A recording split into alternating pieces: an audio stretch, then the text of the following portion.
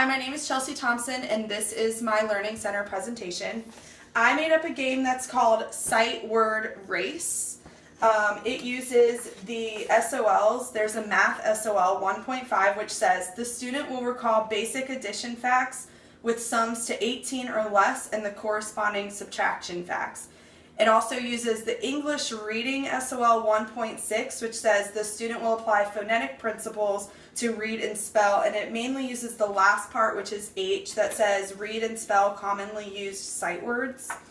I chose sight words from the Dolch word list, which is what my first grade practicum teacher told me, which is where all of first grade gets their sight words. There's 5 different levels. There's pre-primer, primer, first, second, and third.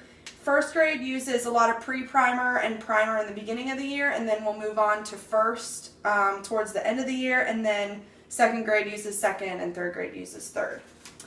On the back of my board are the instructions for the students.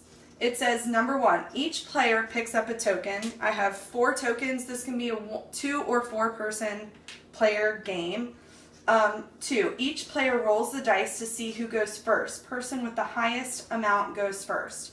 So each person's going to roll the dice, and that's where the math comes in. They have to roll both dice and count the numbers and add up the number on the 2 dice to figure out how far that they go.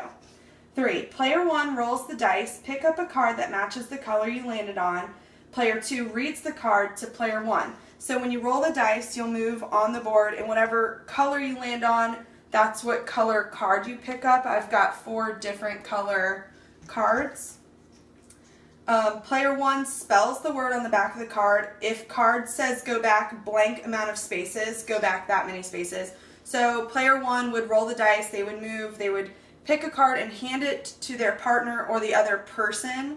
If it's 4-player game, you have a partner and it'll be 2 on 2. And that person reads the card to the other person, and then the person that rolls has to spell the word.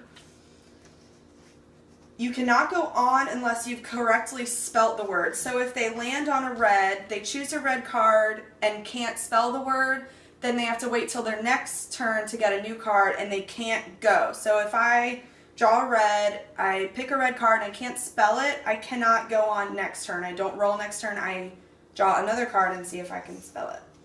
Player who draws the card, or who reads the card, should help the other player by sounding out the word correctly. So if I'm the one reading the card for my partner and I get like the word but, I would help them. I could use it in a sentence or help them pronounce it by sounding out the word but. So just kind of give them a little help.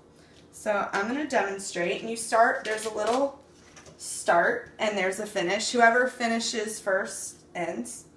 So I'm going to demonstrate, and I got a 9, so I'm going to go 9, and I got a red, and my red says go back 1 space, of course. So I'm just going to go back 1 space, and I guess I'll demonstrate again so I can actually maybe get a word. And I got a 6 and a 3, so it's 6, 7, 8, 9, again, a 9. Okay, let's say I got 8. Land on orange.